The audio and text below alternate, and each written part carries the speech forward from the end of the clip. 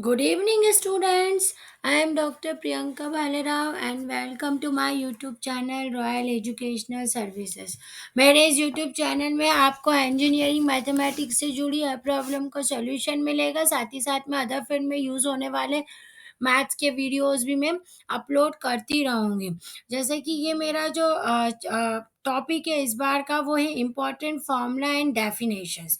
Last जो मैंने मेरा उसमें प्रेजेंटेशन में आपको मैंने कुछ इम्पोर्टेंट क्वेश्चंस बताए थे, वेरी इंपॉर्टेंट क्वेश्चंस थे।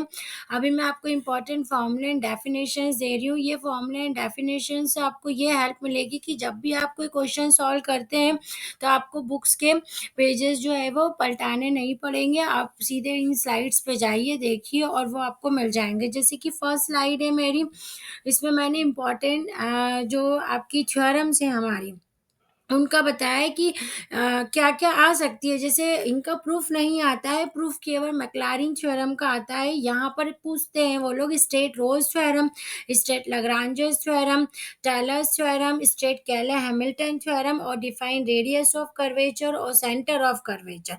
ठीक है, तो ये सब चीज़ें बहुत इंपॉर्टेंट है। ये सारे जो एग्जाम पॉइंट ऑफ व्यू से, और यदि आपको ये सब डिटेल में इनका पढ़ना है तो आप मेरी प्लेलिस्ट पर जाइए, आपको रोज थ्योरम का पूरा स्टेटमेंट मिलेगा, उससे रिलेटेड क्वेश्चंस मिलेंगे।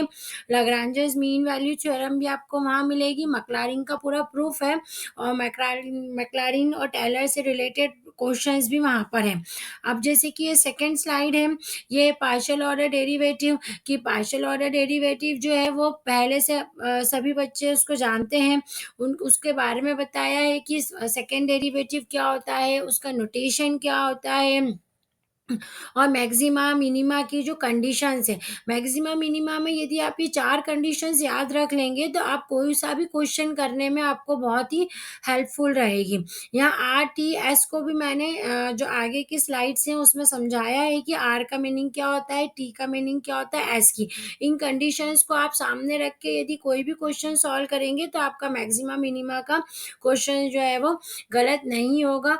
ये जो इम्पोर्टेंट फार्मूला एंड डेफिनेशन है ये आपको बहुत हेल्पफुल रहेगी क्वेश्चन सॉल्व करने के लिए। आप इसको एज इट इज याद कर लीजिए।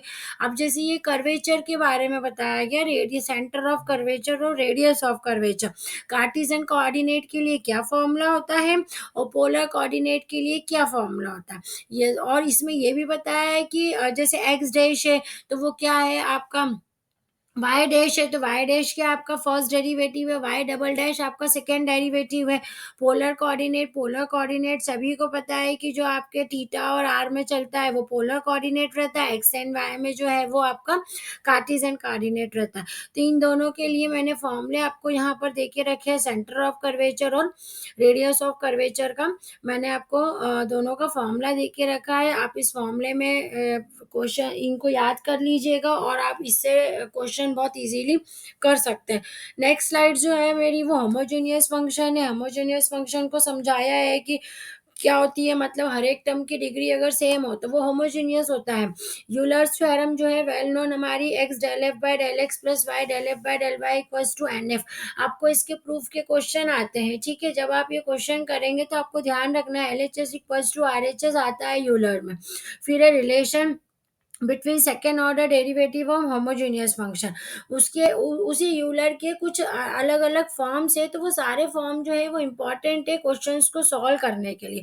फिर लास्ट हमारा जो इसमें टॉपिक है वो एरर एंड अप्रोक्सीमेशन वाला है। इसमें आपको परसेंटेज एरर के फॉर्मूले मैंने दे के रखी है, क्योंकि क्वेश्चन जो है ना एरर और अप्रोक्सीमेशन का वो परसेंटेज एरर का आता ही है। फिर मैंने डेफिनेट इंटीग्रल को बताया है। अब इंटीग्रल में बताने से पहले कुछ सीरीज हैं जो कि आपको सबको पता है ना, उसके फॉर्मूले दे के रखे हैं। जैसे sum of square of natural number, cube of natural number के। अब इसमें जो है एक नया टॉपिक है change of order of integration की। इंटीग्रेशन के ऑर्डर को जो गिवन है ना उसको दूसरा चेंज करना और फिर उसको इंटीग्रेट करना। फिर इसी में आपको डबल इंटीग्रल और ट्रिपल इंटीग्रल को भी समझाया है कि डबल इंटीग्रल में स्टूडेंट कंफ्यूज होते हैं कि किसको पहले इंटीग्रेट करना है, तो मैंने सीधे से यहाँ पर पूरा फॉर्म लिख के रखा है। आप उस फॉर्म को देखें, उसके हिसाब से इंटीग्रेशन करें। ट्रिपल इंटीग्रेशन का भी मैंने आपको पूरा बताया है, और इसमें बीटा एंड गामा फंक्शन जो है इसी के अंदर है कि बीटा फंक्शन और गामा फंक्शन क्या है, ये भी तो यूलर इंटीग्रल ही है हमारे। इंटीग्रल का ही टाइप है, लेकिन इनकी कुछ अपनी एक प्रॉपर्टीज रहती है, तो वो सारी प्रॉपर्टीज मैंने आपको यहाँ बता के रखी है। सिमेट्रिकल प्रॉपर्टी से हम स्टार्ट हुए, ये सारी चीजें जो है आपको याद रखनी है, क्योंकि क्वेश्चंस करने में, प्रूफ करने में ये आपको आएंगे। इसमें fundamental property of gamma functions भी है। गामा फंक्शन की सारी जो मैंने प्रॉपर्टी लिखी है, इनके प्रूफ भी मेरी प्लेलिस्ट में आपको मिलेंगे। आप मेरी बीटा गामा फंक्शन की प्लेलिस्ट में देखिए, उसमें आपको इनके सारे प्रूफ जो है वो अवेलेबल रहेंगे। इसके साथ ही बीटा और गामा फंक्शन में इन प्रॉपर्टी को यूज करके क्वेश्चंस जो है वो भी मैंने अपनी प्लेलिस्ट में समझाए हैं, और इम्पॉर्टेंट क्वेश्चंस ऑलरेडी मैं M1 के आपको दे चुकी हूँ। उस पॉइंट ऑफ व्यू से भी बीटा और गामा फंक्शन जो है आप लोगों के लिए बहुत ज़्यादा इंपॉर्टेंट है, तो आपको इस पर फोकस करना है। इसमें सबसे ज़्यादा इंपॉर्टेंट जो है relation between beta and gamma function, जो कि मेरी प्लेलिस्ट पे मैंने पूरा ये फॉर्म प्रूव करा हुआ है। और इसके बाद जो gamma and gamma one minus n equals to pi upon sine n pi जो है, ये मोस्ट आईएमपी है, इसको भी मैंने पूरा प्रूफ करके रखा है।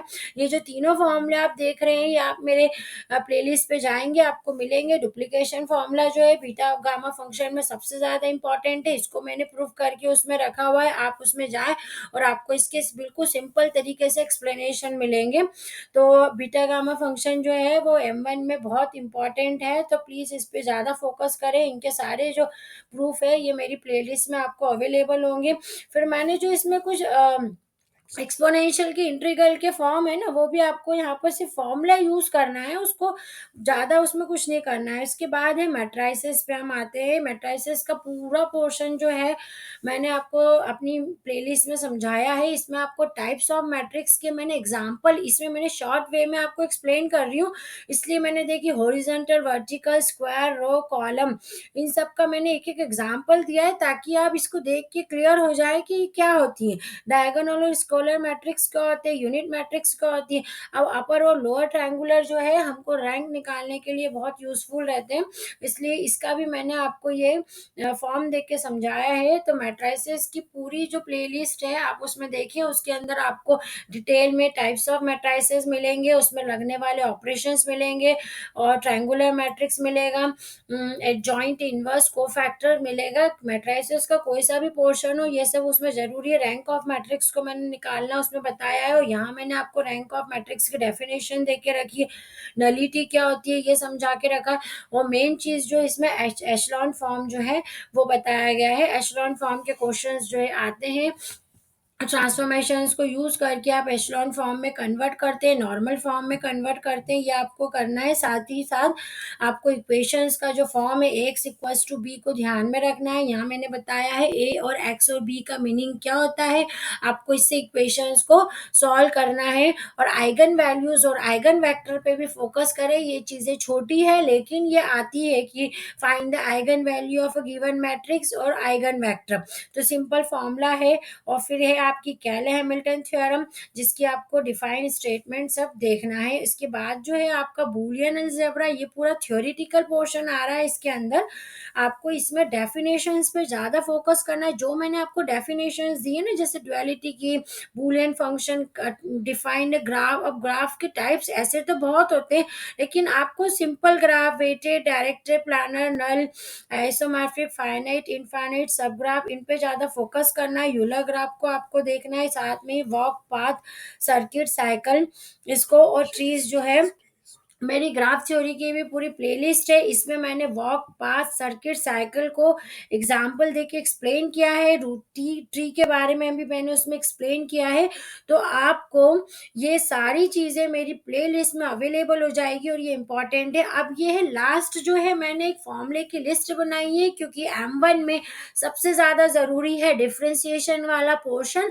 आपको डिफ्रेंसिएशन के सारे फॉर्मूले याद होने चाहिए। यदि आपका डिफ्रेंसिएशन स्ट्रांग है तो ही ही आप इंजीनियरिंग मैथमेटिक्स M1 या M2, मैं बार बार बोलती हूँ M1 या M2 को क्लियर करने के लिए आपके इंटीग्रेशन और डिफरेंशिएशन के फॉर्मूले और कंसेप्ट जो है वो क्लियर रखें। यहाँ मैंने हाइपरबोलिक फंक्शन भी आपको समझाया है, क्योंकि स्टूडेंट क्लासरूम में कई बार मुझसे पूछते हैं मैडम cos hx का मीनिंग क्या होता है। hx मतलब वो होता है हाइपरबोलिक, तो उसके यहाँ फॉर्मूले मैं आपको दे के रख रही हूँ ताकि आप क्वेश्चंस जब करें तो आपको ध्यान रहे कि ये फॉर्मूले हम पढ़ चुके हैं। तो ये आपके इंपॉर्टेंट फॉर्मूले हैं, इनको आप याद रख लें आपकी M1 एग्जाम को क्रैक करने के लिए। All the best for your exam.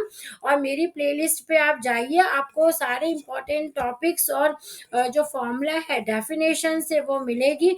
मैं आगे भी और अभी M1 से रिलेटेड जो है वीडियोस अपलोड करने वाली हूँ, जो आपकी एग्जाम पॉइंट ऑफ व्यू से बहुत ज़्यादा इंपॉर्टेंट है। आप इस पे फोकस करें। बेसिक जो फॉर्मूले है आपका M1 की एग्जाम क्लियर करने के लिए, मैं अभी आपको M1 या इंजीनियरिंग मैथमेटिक्स के एग्जाम को क्लियर करने के लिए टिप्स भी जो है वो आपको अभी मैं देने वाली हूँ।